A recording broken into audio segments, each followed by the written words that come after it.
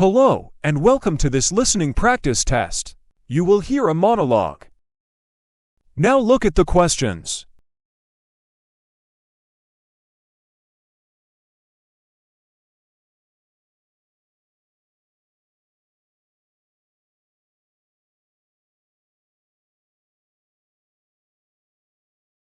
Now listen carefully and answer questions 1 to 10.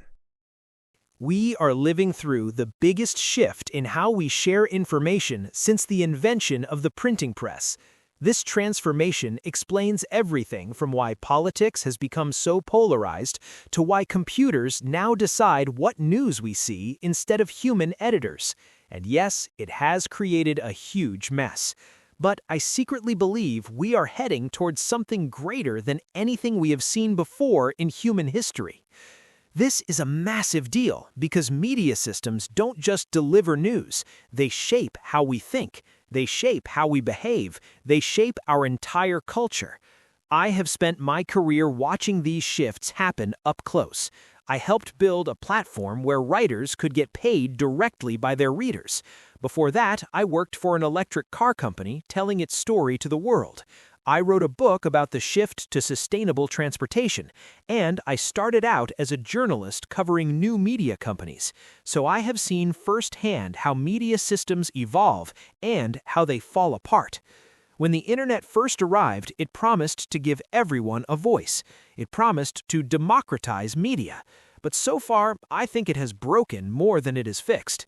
Yes, social media gave everyone a platform, but it also concentrated power in the hands of a very small number of companies. But now, I see something new beginning to grow. I call it the garden. And before I go further, I want to give credit to an artist who created the visuals for this talk. She is incredible.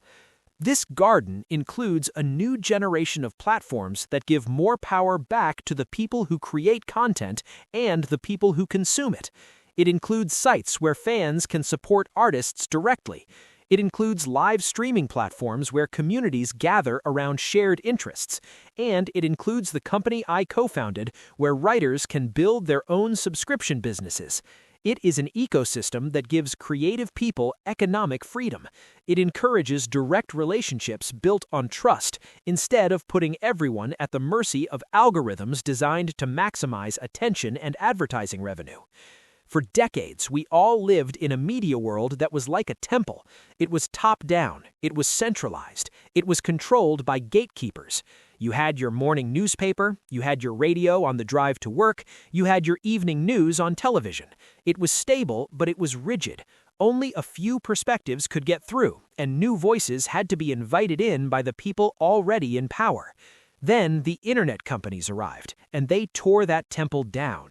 Classified ads moved online, advertising revenue flowed to search engines and social networks, streaming services replaced television, and now with social media, we live in an age of chaos. Anyone can speak, but the power still flows upward to the platforms. We have gone from order to noise, from a single story to a million shouting voices, and our politics reflects this chaos. Opponents are mocked, followers are expected to follow strict rules, and getting attention, any kind of attention, is the only thing that matters. We have gone from inspiring speeches about serving your country to endless online fights and empty gestures. But when you look closely, something new is emerging. When I look closely, I see the first green shoots of a garden. This garden, to use a slightly technical term, is a network of independent voices who have real economic control over their work. Unlike the big social platforms where the power and profit go to the companies and their shareholders, the garden model connects creators directly with their communities. History shows us that revolutions like this take time to fully unfold. When the first practical light bulb was demonstrated, it took decades for electricity to become common in people's homes. The missing piece was the electrical grid. In our current media revolution, the missing piece has been a different kind of power, economic power. When creators have economic freedom, they no longer answer to bosses or advertisers or algorithms. They can focus on serving their communities. They can stop chasing viral trends and put all their energy into doing their best work.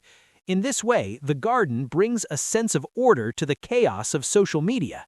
It spreads power among the many instead of concentrating it in the hands of a few. Let me give you some examples of how this garden is already growing. Consider two political commentators, one from the left, one from the right. They used to host a show for a major news outlet, but they decided to go independent. They moved their show to their own platforms. Now they make more money from subscribers than they ever did from advertising, and they cover a wider range of political views for an audience of millions. Or take a cook who wanted to write a recipe book. Traditional publishers turned her down, so she started her own newsletter. She called it something like "What to Cook When You're Too Tired to Cook." She built a community of hundreds of thousands of people around simple, practical recipes.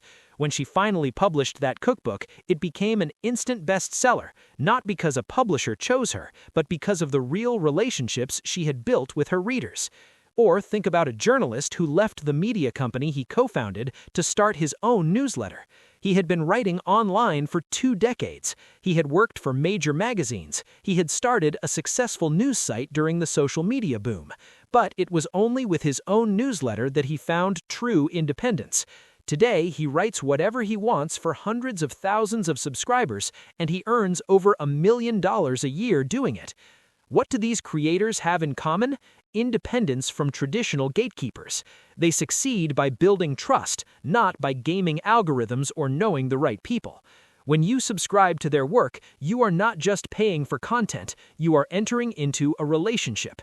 They know you're there, they value your support, and they can talk directly with you in ways that were never possible in the old system.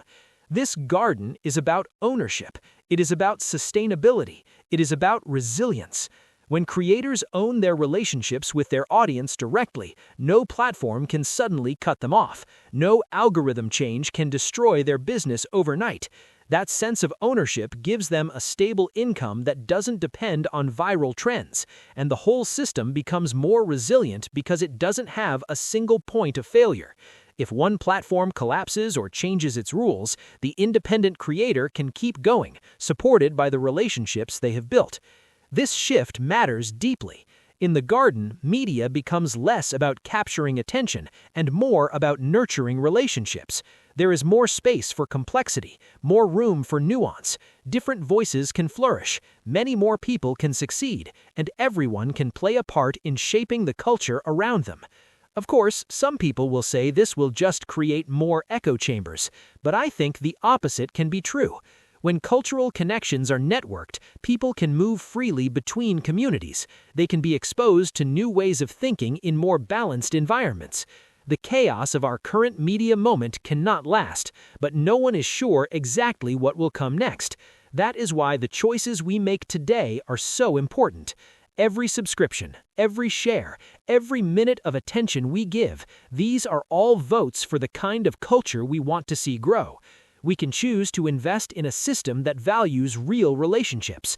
We can take our attention back from the endless scroll of bad news and pour it, like water, onto the seeds of a better future. When we do this, it is not just about getting better things to read or watch. It is about growing a richer, more thoughtful culture. A culture that can face the real challenges of our time. A culture worth being part of. Thank you. Now you have some time to check your answers.